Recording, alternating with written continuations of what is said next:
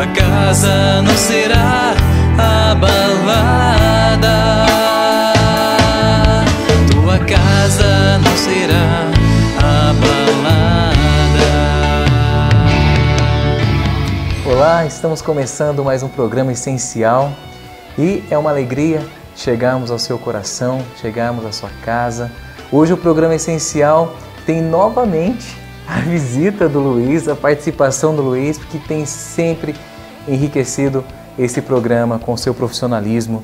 E a gente convidou o Luiz para falarmos dessa vez sobre um assunto que tem sido causa de grandes dúvidas.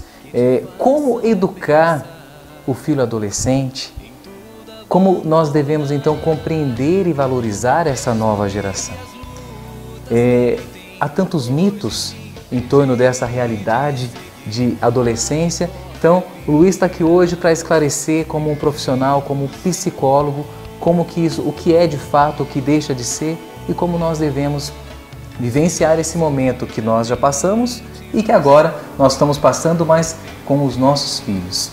Luiz, seja muito bem-vindo. Muito obrigado, é sempre muito bom estar aqui, é sempre muito bom estar conversando com vocês, né? E vamos tentar entender um pouquinho, né, dessa beleza, dessa bênção, né, desse período adolescência, juventude. Maravilha. Luiz, tem idade que está determinada para que a adolescência aconteça? Então, a gente tem o final do período da infância, né, a grande infância, e aí o início desse processo. Então vai ser em torno dos 12 anos aproximadamente. Claro que aí varia um pouquinho, maturidade de um e de outro, a diferença de menino e menina e tudo mais. Mas nessa faixa dos 12 anos, então, a gente tem o início dessa adolescência, né? Certo, Luiz. E assim, é uma mudança física, psicológica, hormonal. O que acontece na vida daquela criança que então ele começa um processo de se tornar um adulto, né? Isso. A criança que vai ser homem, que vai ser mulher. Vamos falar de hormônio. O que está acontecendo naquele corpo? Isso. É interessante porque esse período determina para nós uma mudança muito grande, né? Então, primeiramente, essa mudança hormonal é fato, né? No menino e na menina. No menino, nós vamos ter o aumento do corpo, musculatura, né? A testosterona começa a trabalhar, então aparecimento de pelos, né? Mudança de voz, a gente acha engraçado que geralmente nessa fase começa a engrossar a voz, aí dá aquelas falhadas, fina e termina grossa, muda e tal, né? Mas é isso, né? Uma mudança hormonal no menino, né? Pelos aparecendo, começa a crescer, às vezes desencontradamente, de repente fica com as pernas mais compridas, o braço mais comprido, a mão fica maior, o menino geralmente fica meio desengonçado. Fica. No caso das meninas, né, também é questão hormonal, mas aí então normalmente, né, a primeira menstruação, né, o corpo já começa a crescer. Hoje a gente vê uma diferença bastante grande, até por causa de roupas e tudo mais. A menina já parece uma jovem, né? Aparecimento dos seios, cabelo, né, o jeito com o cabelo se coloca também já começa a ficar diferente. Enfim, há uma grande mudança hormonal nessa fase. Mas é importante entender também que não é só uma mudança hormonal, né? Há uma mudança psicológica, há uma mudança na forma dessa pessoa, na forma desse indivíduo começar a ver o mundo, né? Então há uma mudança nisso também, né? No jeito com que ela, psicologicamente, começa a perceber o mundo. E quais são as principais mudanças que acontecem e que podem ser percebidas psicologicamente? É tão interessante porque eles estão, até então, numa fase, que é uma fase de latência e tudo mais, e aí eles veem as coisas com muito concretude, sabe? É muito interessante. Então, por exemplo, você vai ver o garoto ou a garota de 8, 9, 10 anos e tal, que acabou de chegar da escola, que teve uma aula, por exemplo, de sinais de trânsito.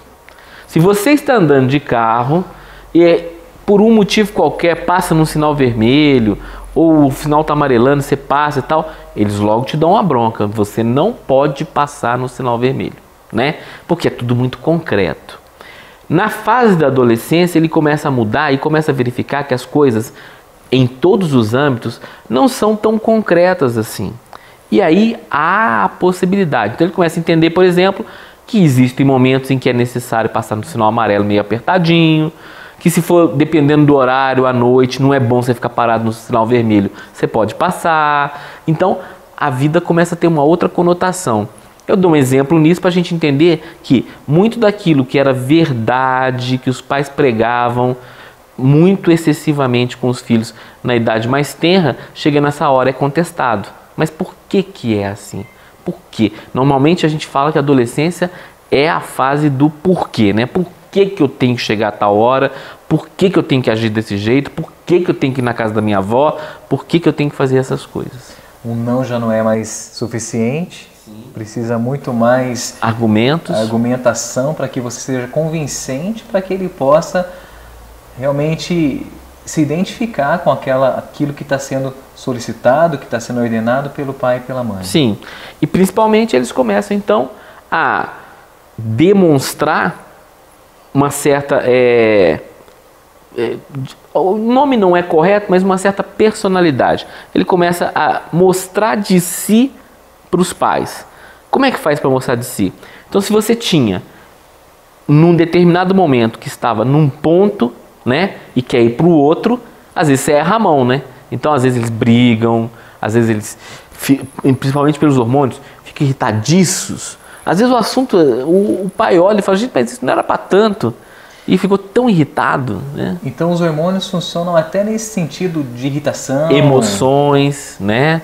Vão trabalhar demais nas emoções. Que serão muito mais intensas. Muito intensas, né? Então você vê, no caso do menino, sai falando grosso e bate a porta, né? A menina chora, né? Se tem uma situação que aconteceu que foi desagradável, eles ficam arrasados, né? Mas isso tem muito da emoção ligada aos hormônios, né? E os pais têm que supervalorizar essa característica, têm que fazer de conta que não viu certas coisas, como se comportar diante de situações quando sai um pouco da rota, né? Isso. Desvio de rota. É muito interessante porque, assim, obviamente que os pais primeiro tomam muito susto, né? Porque essa mudança é meio rápida. Então eles começam a olhar no caso do menino, né? O menino era um pirralhinho, agora já está ficando falando meio grosso, já chega junto e tal. A menina era princesa, agora já está cheia de querer e tudo mais, né? Então, normalmente os pais ficam um pouco assustados, às vezes, e muitas vezes querem vencer a questão no diálogo, né? Impor a questão.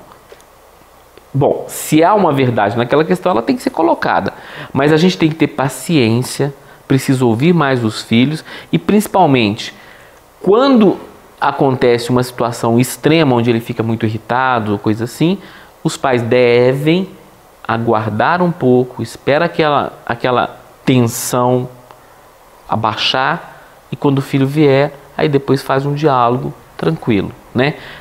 É desnecessário e ineficiente a gente trombar de frente quando o filho está muito exacerbado, né? Quando aquilo que ele está falando ou aquilo que ele está sentindo está tomando demais, não vai ter boa resolução, o filho não vai ouvir, talvez fique mais irritado ainda, a gente vai perdendo em outros aspectos. Então, às vezes é melhor a gente baixar a bola. Sei que não é fácil, né? Mas é um caminho. O assunto está muito interessante. Não saia daí, a gente vai para um breve intervalo e já volta. Tua casa não será abalada.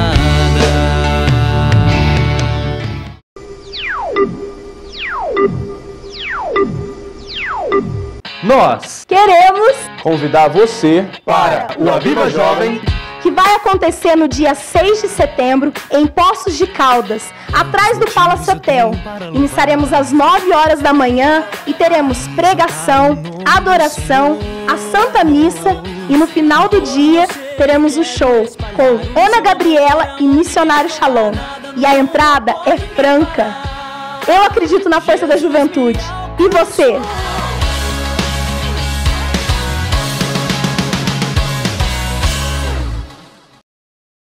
tua casa não será abalada.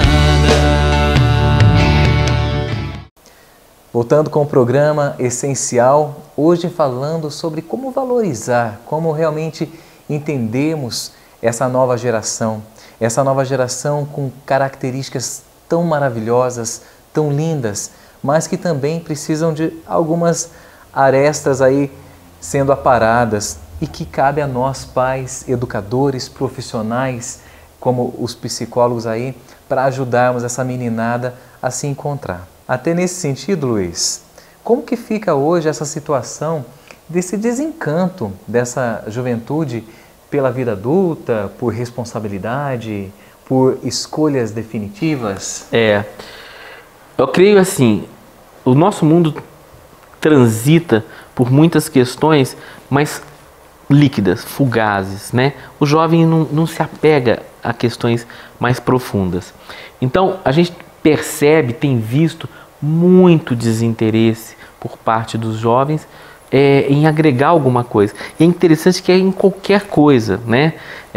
A gente brinca que a gente tem uma geração nem trabalha, nem estuda, nem quer saber de nada, tá bem desanimada, né? E por exemplo, você não tem jovens brilhando os olhos, por exemplo, por um esporte, para ser bom no esporte. Você não busca e não consegue encontrar jovens, por exemplo, que brilham os olhos numa profissão, num esquema de vida e tal. Sempre em coisas muito, muito leves, sem muita responsabilidade, ou superficiais, que não tem um desenvolvimento e tudo mais. Parte disso diz respeito a essa história toda que nós estamos criando, né, de ter acesso a tudo na vida de forma muito superficial, porque as nossas relações estão muito superficiais, né? A relação de um celular, por exemplo, com o WhatsApp, se você não tem contato, é possível conversar com uma pessoa que você nunca viu na vida, né? E continuar batendo papo. O interessante é que a tecnologia que foi criada para aproximar, ela hoje está sendo utilizada de uma forma que realmente distancia as pessoas. Se dá muito mais valor no contato virtual do que no contato real. Porque não é um contato que aprofunda, né? É um contato superficial. Por exemplo, todo mundo tem as carinhas sorrindo, tá todo mundo bem e tal, né?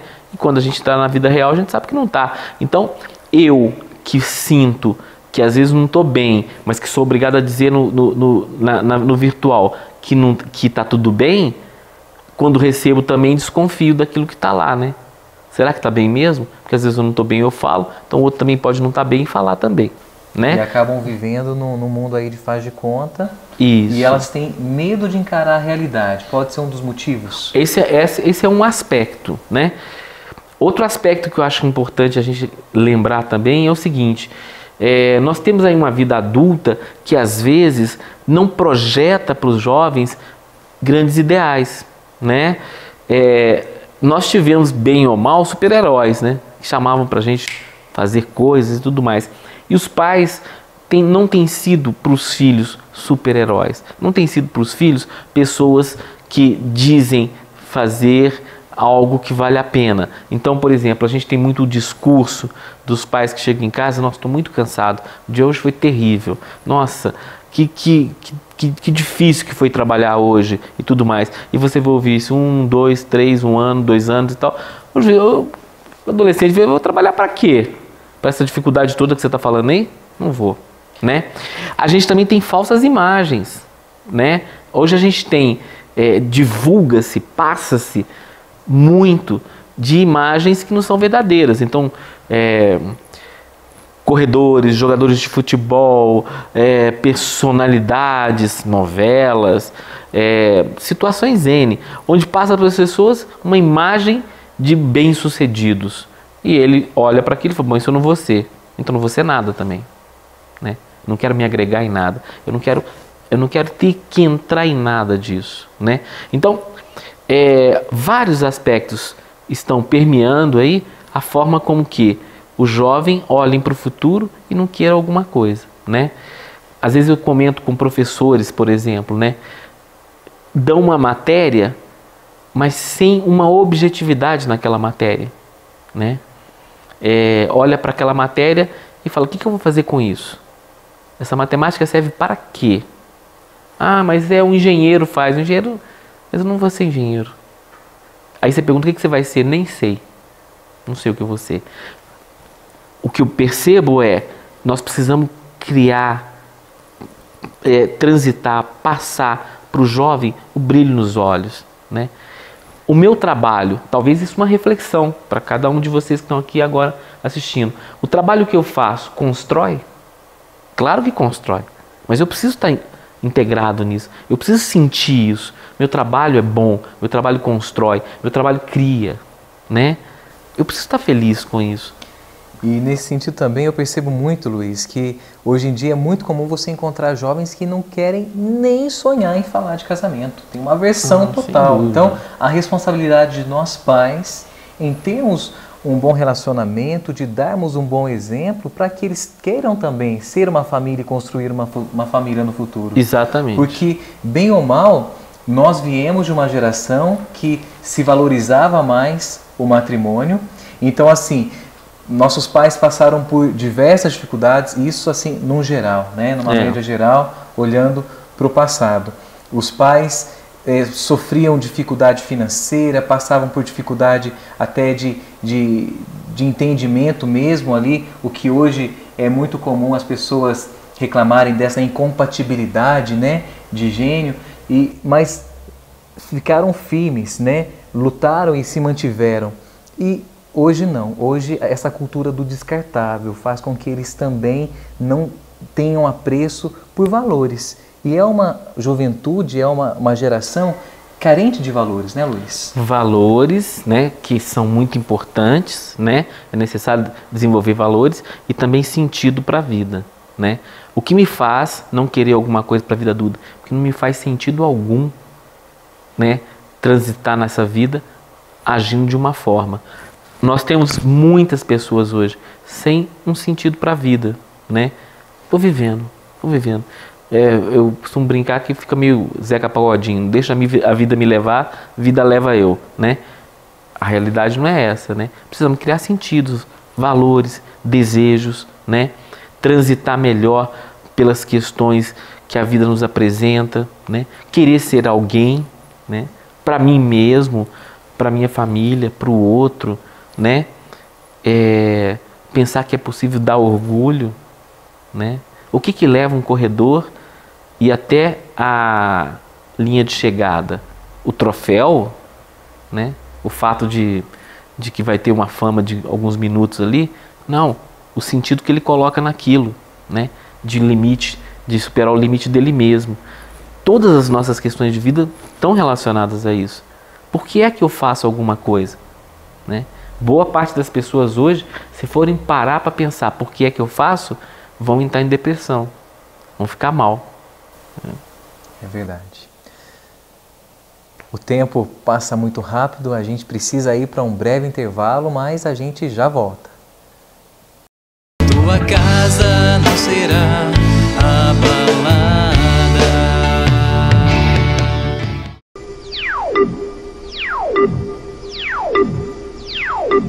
Nós Queremos convidar você para o Aviva Jovem, que vai acontecer no dia 6 de setembro em Poços de Caldas, atrás do Palace Hotel. Iniciaremos às 9 horas da manhã e teremos pregação, adoração, a Santa Missa e no final do dia teremos o show com Ana Gabriela e Missionário Shalom. E a entrada é franca. Eu acredito na força da juventude. E você?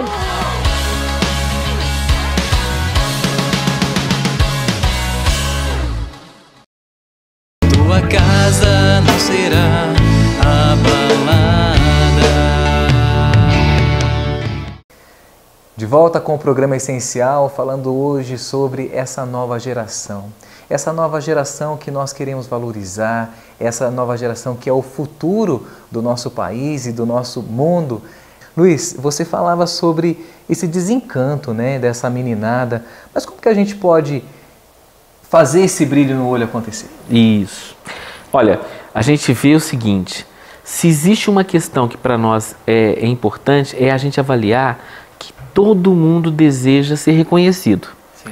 Todo mundo deseja receber um carinho, né? Saber que é gostado, né? Saber que é importante. Então, um aspecto que a gente precisa trabalhar muito, que os pais precisam trabalhar, é valorizar esse filho. Às vezes chega a ser difícil, tá? Porque o filho fala de certas coisas que para os pais eles olham e falam, nossa, que desafio é esse? O que é isso que ele quer? Mas a ideia é, preciso dar esse brilho nos olhos dos filhos, né? Valorizar o que ele traz. Então, às vezes o filho, por exemplo, pratica um esporte.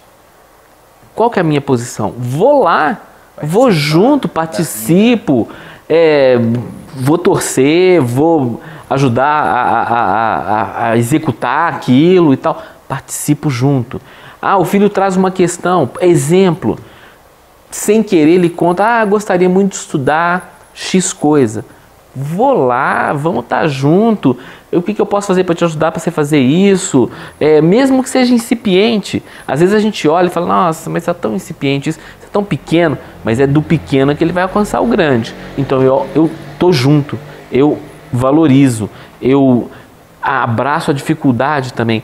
É preciso estar muito próximo. Uma coisa que eu acho muito bonita, Luiz, a minha filha ainda é criança, mas eu pretendo, com a graça de Deus, desenvolver isso aqui dentro, que a gente já começa, mas eu tenho amigos, casais, amigos que têm filhos já mais jovens, que eles são, assim, amigos dos amigos. A meninada vem para casa e assiste o filme junto e come pipoca junto e faz parte e são admirados pelos amigos dos filhos, né? Então essa participação, ela realmente gera algo que o filho, poxa, os meus amigos gostam dos meus pais. Sim. Que legal, né? Sim. E essa participação, então, ela vai enriquecer esse relacionamento. Eu tive muita oportunidade de fazer isso também com os meus filhos, né? Então isso é muito importante. Você transitar por isso, né? Os filhos sentirem que você valoriza, né, a fase que eles estão. Meu filho hoje mais velho tem 29 anos e eu ainda digo para ele em muitas questões que ele me traz, eu sinto muito orgulho de você.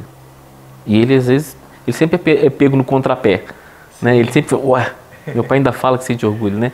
Quer dizer, na verdade, a nossa grande questão é, a gente precisa estimular esses filhos, né, a sentir que o mundo é bom, né? Que o mundo é possível, que a gente pode fazer diferença, que existem questões que a gente faz que sim trazem alegria, né? Trazem estímulo, que às vezes tem coisas que vão demorar. Por exemplo, não dá para fazer um curso de graduação em um ano. Vai levar 4, 5 anos, 6 anos, né? Depois talvez até um pouco mais, mas enfim, mostrar que é caminhada, que o mundo acontece, que as coisas acontecem todos os dias. Então, se eu valorizo meu filho um pouquinho aqui, ele vai se sentir estimulado ali. E esse estímulo traz uma segunda coisa, da qual eu vou e valorizo novamente. Então, trabalhar isso com os filhos, né? Entender que nossos filhos também são humanos, passíveis de erro, né, Luiz? Perfeitamente, todos nós. Assim como os pais, assim como todos nós também. Então, se nós. for o caso, se desculpar, né? Exatamente. Porque existe ainda aquela situação, não, mas eu, né, sou autoridade. Não, nós também erramos. Erramos, E precisamos reconhecer isso. E é o início, é o primeiro passo para a construção desse relacionamento, desse diálogo aberto e franco entre pais e filhos. E esse diálogo é muito importante, inclusive, na valorização de pequenas coisas que os filhos estão fazendo. Às vezes é uma atividade escolar, às vezes é uma atividade com os amigos, onde o pai entra. Olha, você não tem que fazer parte, lembra sempre, né? Papai e mamãe não são os amiguinhos dos filhos. Eles são amigos no sentido fraterno, né? Mas amigo dos filhos são aqueles pares, o que tem a mesma idade. Então, papai e mamãe que vai tentar fazer a mesma coisa, nunca fizeram, e vão tentar fazer a mesma coisa que os filhos estão fazendo, de verdade vai pagar mico, né? Não é por aí. Então, às vezes o pai nunca andou de skate. O filho resolve que vai andar de skate, o pai resolve fazer também, leva um tombão, não vai dar certo. Fica horrível, né? Ainda vai ser o mico dos amigos. Então assim, mas a gente entra naquilo que há espaço para nós. Então, por exemplo, veio assistir televisão em casa, vão assistir o filme deles perfeitamente, mas eu entro com a pipoca, eu compro um guaranazinho, eu tô ali, né? Bato um papo, converso, tô junto, né? Sim. E me fez lembrar, Luiz, recentemente eu fui abordado, porque a gente tem o nosso trabalho missionário, que a gente, minha esposa e eu pregamos bastante para famílias, casais, e alguém me dizia assim, poxa, o que eu faço? Meu filho não quer ir na igreja, filho pequeno. Aí eu falei, você é capaz de exigir do seu filho que ele vá à escola, porque isso é importante para a vida dele. Você é capaz de exigir do seu filho que não quer comer, que ele coma, porque isso é importante para a saúde dele. E você, sendo pai, sabe que a fé, a religiosidade é importante. Você não vai levá-lo? Quem é o pai nessa história? Exatamente. Né? Então, isso que você dizia de não ser amigo, nesse sentido, eu lembrava disso porque os pais podem sim ser companheiros, podem participar, mas ainda são pais. E tem uma responsabilidade, né? Então, assim, naquilo que meu filho, por exemplo, uma polêmica, né, que é marcar horário, saber onde está e tudo mais, os pais às vezes ficam negligenciando isso porque, nossa, isso é quadrado, né? Mas é sua responsabilidade. E digo mais, hein? É muito interessante isso, gostaria que vocês tivessem bem claros isso. A gente fala do Estatuto da Criança e do Adolescente e a gente fala só do direito, mas tem um monte de deveres. E principalmente, todos os deveres estão ancorados nos pais. É responsabilidade dos pais garantir os deveres que esses filhos têm. É responsabilidade dos pais.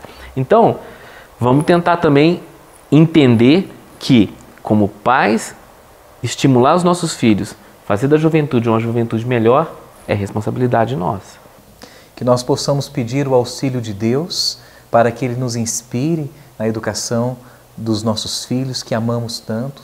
Que possamos fazer o uso também daquelas pessoas que se capacitaram, a busca pelo auxílio técnico, né, por quem sabe nos auxiliar enquanto profissional, e que possamos buscar dar o melhor de nós, sermos pessoas que façamos os nossos filhos pessoas melhores e vamos assim construindo um mundo melhor.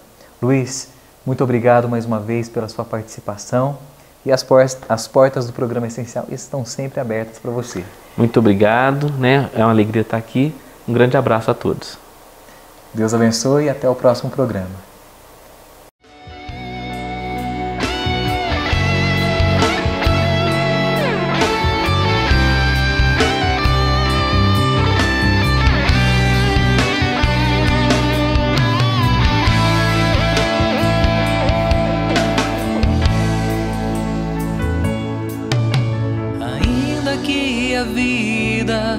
Apresente situações que te façam pensar em tudo abandonar. E mesmo que as lutas tentem hoje te impedir de seguir, a vitória vir.